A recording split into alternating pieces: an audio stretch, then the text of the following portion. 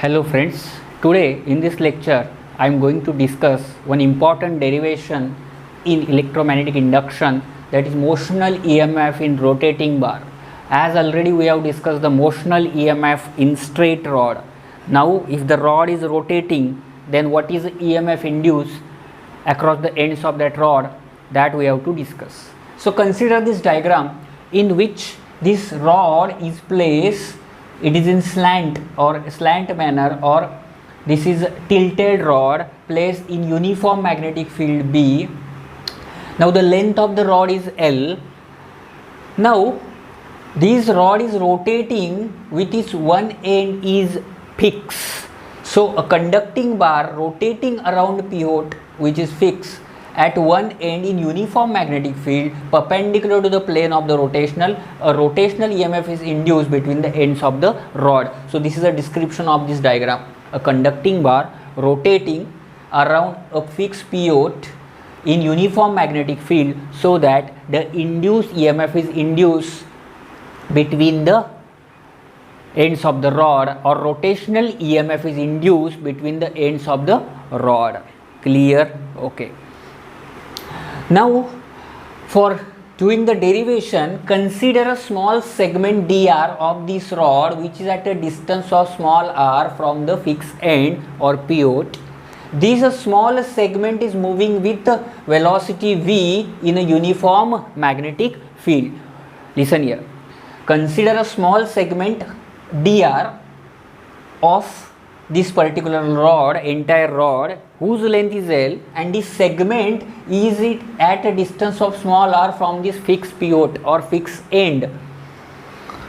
Now we are imagining such a small segment, each small segment of rod act as a source of EMF, and all these segments are in series. Such all segments are in series, so that it forms a complete rod, and each segment will give its own EMF. So all the EMFs are in series. Why series? Because one end of the rod is fixed and another end is movable. So that's why end to end connection is not there. That's why these EMF are not in parallel. This is in series, because as you know that in parallel EMF is same, voltage is same. But in this case these all sources of EMF are in series, so they will add with each other and we will get resultant EMF. That is our task. Clear? Okay. Now induced EMF, we are interested to calculate the EMF across the rod which is rotating, but first I will calculate the EMF induced in this small segment. If this segment is small of length dr, its EMF induced in that segment is dE, which is equal to BV dr as per the motional EMF concept. What is the formula? BLV. In this case, that L is not the entire length of the rod. I am considering it is a small segment of length dr. That's why I am written here D is equal to BV dr. Clear? Okay. Now total induced EMF I have to calculate.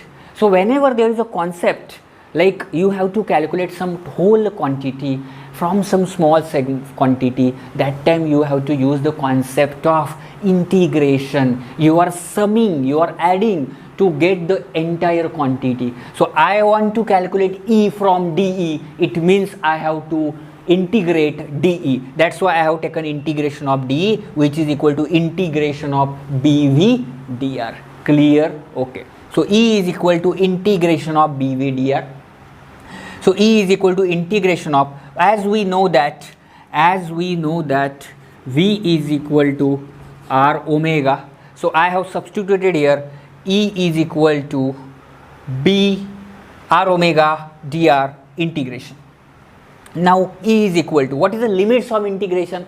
I have taken only small segment dr, but what is the total length of the rod? Total length of the rod is L. That's why I have to integrate from 0 to L.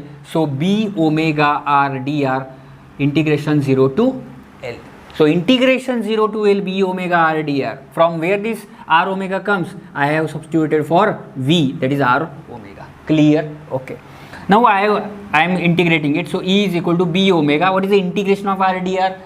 R square by 2. What is the integration of x with respect to dx? X square by 2. So B omega r square by 2 within the limit 0 to L. So finally I have substituted limits in the integration because it is a definite integration. E is equal to what? Half B omega L square. Instead of r, now I am putting L. So what is the EMF induced across the terminals of the rotating rod? E is equal to half B omega L square. So this is the expression for EMF induced in a bar which is rotating in a uniform magnetic field and its one end is fixed.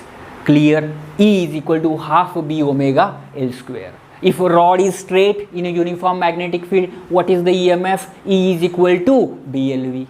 That already we have discussed. If bar is rotating in uniform magnetic field, what is the EMF? E is equal to half B omega L square. That's why in this particular formula there is one omega, that quantity is arising because it is angular velocity, na? So it is this is a linear motion? No, it is a rotational motion. That's why we don't take linear velocity V, we are taking angular velocity. That's why here omega. So in this manner you can remember the formulas. Don't mug up the formulas. E is equal to half B omega L square. Definitely B, because it is in magnetic field, it means there should be B. Why omega? Because it is rotating, that's why there should be angular velocity. And L square because of the simplification, which is the length of the rod. So whenever this rod is placed in uniform magnetic field, means what we have to imagine? It is placed in uniform magnetic field, definitely there should be B. It is rotating, means motion is what? It is a rotational motion, there should be angular velocity. Then its length also we have to take into account, that's why L. So that's why it is half a B omega L square. So you correlate this with EMF induced in a rod. EMF induced in a rod is what? E is equal to BLV, and EMF induced in a rotating bar is what? E is equal to half B omega L square. So these are the two important formulas. Clear? Once again I am telling you, you have to draw this diagram. There is a rod in a uniform magnetic field, length of the rod is L and one end of the rod is fixed. Clear? The EMF induced in the rod is called as rotational EMF. For the derivation purpose, you have to take one small segment of rod whose length is dr. That segment is at a distance of r from the fixed end. If that segment is having length dr, definitely EMF due to that segment is dE. Clear? EMF due to that segment is what? dE. That particular EMF we have to calculate. Finally, while calculating the EMF, after calculating the dE EMF, dE is equal to BV dr. Why? Because E is equal to BLV. Okay, E is equal to BLV, but in this case L is dr. That's why dE is equal to BV dr. So now what I am substituting here? So I have to integrate this. So E is equal to integration of dE, which is integration of BV dr. Substitute V is r omega, then integrate it. Then you are getting E is equal to half of B omega L square. Clear? So this is an important derivation of a bar rotating in uniform magnetic field. So in this way we completed, this is a small topic of this chapter, that is motional EMF in rotating bar, which is important from competitive as well as board point of view. Now I am going to give you some basic formulas which are important for your board exam, for CET, for JEE, for NEET and for competitive exams. So this particular chapter has more weightage in examinations like JEE and NEET. So it is required to explain all these formulae in one particular, on a common platform, so that it will be beneficial for you to tackle the questions based on this topic. Now we start our session. Magnetic flux, which is given by phi, is equal to A bar dot B bar. It is a dot product. So that is actually what? Phi is equal to AB cos theta. This is also extended formula from this. Dot product means A mod magnitude of A, where A is the area of coil, N is number of turns, B is a magnetic induction. So phi can be written as NAB if theta is equal to 0 degree. Clear? So this is a magnetic flux. Second, Faraday's law. E is equal to d phi by dt. Time rate of change of magnetic flux results into induced EMF. So E is d phi by dt. This d phi can be written as phi 2 minus phi 1 upon T2 minus T1. Change in flux upon change in time. Now suppose phi 2 is a flux, then phi 2 is equal to N2 A2 B2 cos theta 2, because phi is NAB cos theta. Phi is equal to AB cos theta and phi is NAB. So phi is equal to NAB cos theta. That's why phi 2 is N2 A2 B2 cos theta 2. Similarly, phi 1 is N1 A1 B1 cos theta 1. You have to simply write 1 1 1 2 2 2. NAB cos theta N1 A1 B1 cos theta 1. Clear? So this is Faraday law. Then important, this is the expression for induced EMF. Now what is the induced current? Induced current I is equal to E by R, but E is equal to what? D phi by dt. So it is 1 by R d phi by dt. This is the important formula. Induced current. Then induced power. Actually we know that power is equal to E into I, which is equal to E into E by R, which is equal to E square by R.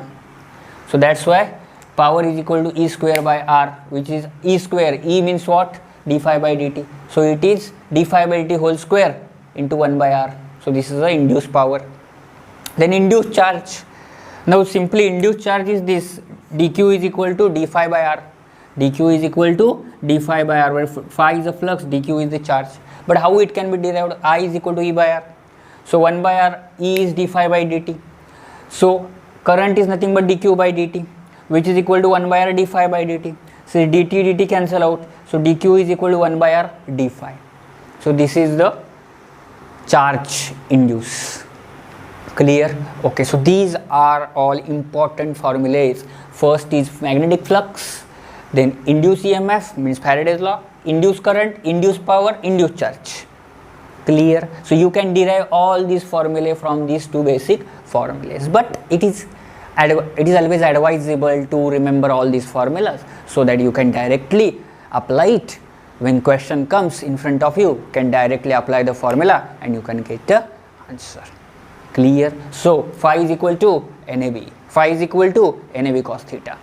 Then E is equal to d phi by dt, where d phi is phi 2 minus phi 1, dt is T2 minus T1, where phi 2 is N2 A2 B2 cos theta 2, phi 1 is N1 A1 B1 cos theta 1. Clear? Yes. Then induced current I is E by R, E is d phi by dt, so 1 by R d phi by dt. Induced power is E square by R, which is 1 by R d phi by dt whole square. Then induced charge is dq, which is equal to d phi by R, where d phi is change in flux, dq is charge, R is resistance. Clear? So this is the first part. Okay, this is the first part of formulas in EMI up to the content which we have discussed. Now second important part, motional EMF. This is also very important. During the lecture also I explained this is a very important point from exam point of view. So motional EMF, suppose there is a rod, this rod is placed in uniform magnetic field, length of the rod is L. If this rod is moved towards right with velocity v, then what happens? Then this rod is act as a battery of fictitious EMF. What is the magnitude of that EMF? BLV, where B is magnetic induction, L is length of rod and V is velocity. So E is BLV, E is BLV. This is an induced EMF. This EMF is induced due to motion of the rod, that's why it is called as motional EMF. You will just remember formula E is BLV. Clear? Okay. There is a special cases of this particular. Now listen here. This is a field, downward arrows indicate field, and the rod is like this. Field is downward, rod is like this. And this rod is not now perpendicular to the field, but it is moving at an inclined angle to the field. Field is like this, rod is like this, but rod is moving like this now. Now not moving like this. And it is making an angle of theta with the field. So definitely I have to resolve this into two parts, V sin theta and V cos theta. Now one important point, whether I should take V cos theta or V sin theta. V sin theta part is perpendicular to the field. This part of component of the rod is perpendicular to the field because field is like this and this is parallel. So I don't want to take parallel, I want to take perpendicular component. That's why I am writing E is equal to BL V sin theta, which is equal to E is equal to BL V sin theta. This is important formula. E is equal to BL V sin theta. So E is equal to BLV when sin theta is equal to 1, that time theta is 90. It means theta is the angle between length of the rod and magnetic field. This is the case where length of the rod is perpendicular to the magnetic field. That's why E is equal to BLV because sin theta is 1. Clear? Okay. There is another case. Now rod is not perpendicular. Now rod is in inclined manner to the field and it is moving. Rod is making angle theta with the field. If I move the rod, now component is divided into two parts, L cos theta, L sin theta, because this is theta, this is theta. Clear? Okay. So what will happen? I have to take L sin theta because which is perpendicular component, this is parallel component. That's why E is equal to BV L sin theta, which is again BLV sin theta. So these both the formulas are same, BLV sin theta, BLV sin theta, but this comes by resolving velocity. This comes by resolving length of the rod, because in this case length is not perpendicular to the field, it is inclined to the field by angle theta. In this case velocity is inclined, the rod is moving in with some inclination to the field. Clear? So this E is equal to BLV sin theta, E is equal to BLV sin theta. Okay, yes. Now fourth, suppose there is a one closed loop and it is placed in magnetic field and this is moving. What is the EMF induced in this rod? 0. What is the reason? Why? What is the reason? Because there is no change in the flux lines which are associated with this circular loop. Because as per Faraday's law, we want change in flux. Now in this case, this rod or loop does not experiences any change in flux. Since change in flux is 0, definitely induced EMF is also 0 because d phi by dt is equal to 0 because phi is constant. That's why EMF is equal to 0. Suppose there is a one rod which is not actually straight, it is a naked shape rod and it is placed in magnetic field. That time one question may be arising in students' mind, which length should be taken for calculation purpose? You have to take the length which is the end, which joins the ends of the rod. You don't want to measure this length, you have to join these two ends straight manner, and whatever length, effective length, that we have to take. So E is equal to BL effective into V sin theta if that rod is at inclination.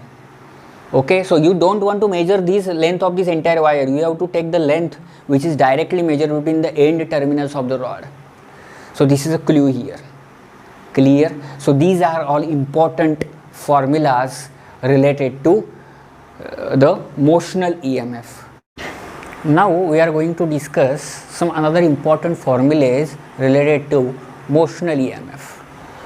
Consider this arrangement. These are the two horizontal rails and the vertical conductor is placed and the resistor R is connected across this particular conductor. Definitely this conductor is placed in magnetic field B, which is uniform, and this conductor is having length L. This conductor is pulled towards right with velocity V. So definitely there will be induced EMF, that is motional EMF, which is given by BLV, that already we have discussed. Now induced current in this particular rod is I is equal to E upon R, but E is BLV, so it is BLV by R. Then magnetic force acts on this conductor. How magnetic force acts on this particular conductor? Because as this rod is placed vertical, so if you use right hand palm rule, then this thumb indicates velocity, fingers indicates magnetic field, then palm indicates what? The moment of the charge. So charge is accumulated on the upper and lower side of the conductor. Clear? Okay.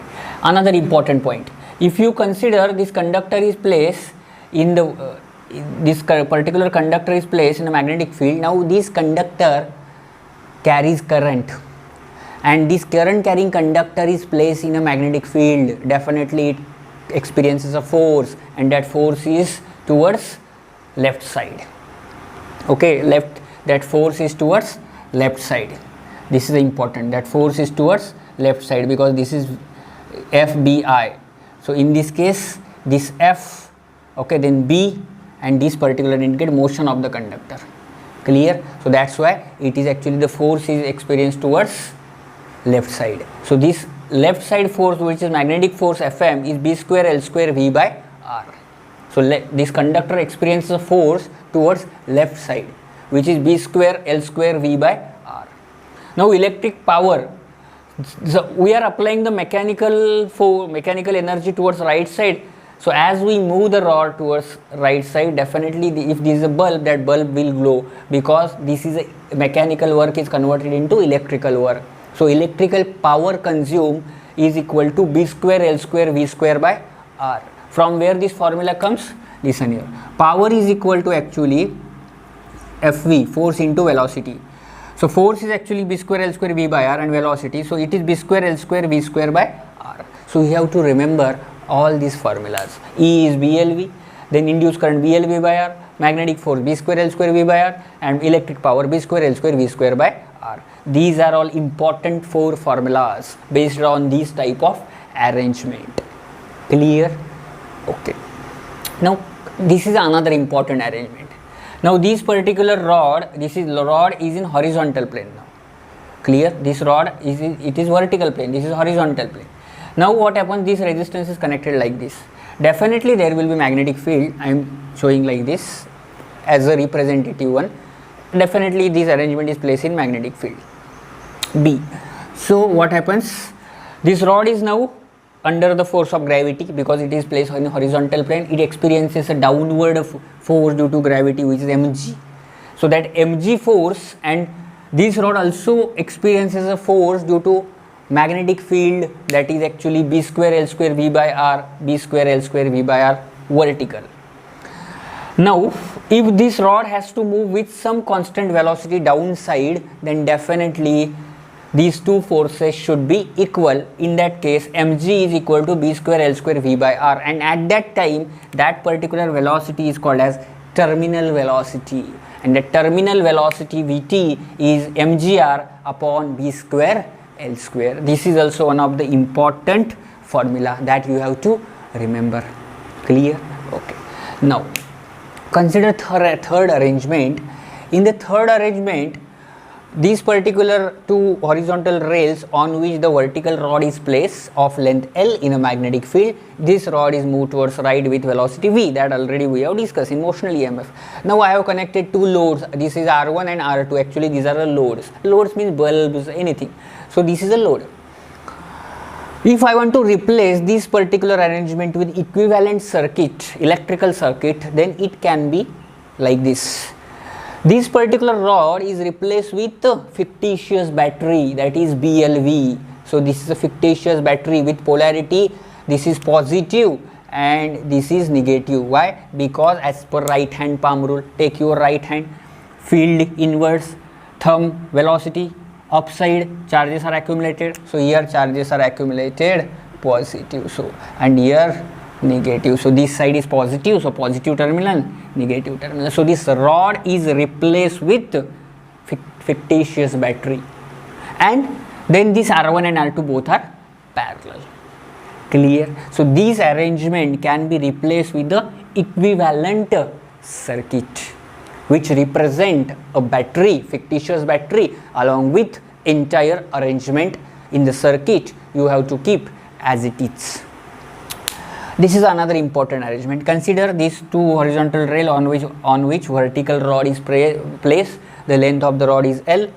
This rod is moved towards right side, definitely with velocity V, and this capacitor is connected in parallel to this rod. So this particular arrangement can be replaced with equivalent circuit, in which this rod is replaced with E, that is BLV, induced EMF. Definitely polarity again positive, this is negative, because as again right hand palm rule, field inwards, velocity, so charges are accumulated on upside, so this is positive, this is negative, so definitely this is positive, this is negative. Clear? Okay. Now one important point that you have to remember here, every time in the problem, if they have provided the resistance of rod assumed to be 0, which is very small, in that case you take it 0. If not, then you have to write this arrangement also, in which this battery with series resistance, this small resistance is the resistance of rod, and this R2 is in the original arrangement, and this C is in the original arrangement. So original components in the arrangement you have to kept intact.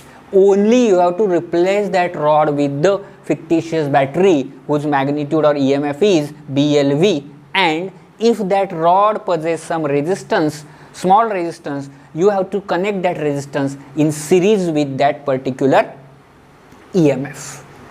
Clear? So these are all important cases that you have to study in very careful manner, so that you can handle the question in the examination, because these are all important cases. Clear? Otherwise you will be in trouble. So you please focus on these cases and remember these all formulas. Don't by heart, only you remember the original arrangement, in which this arrangement you have to remember. Then how the EMF is induced, you remember the EMF formula, and you can definitely derive all the formulas related with that particular EMF. And also you have to replace the arrangement of this particular rod along with certain components with equivalent circuit that I have explained you, so that it becomes easy to handle the question in the examination. So with this I have completed this particular session, in which I covered all the cases of motional EMF which are very important from exam point of view. Thank you.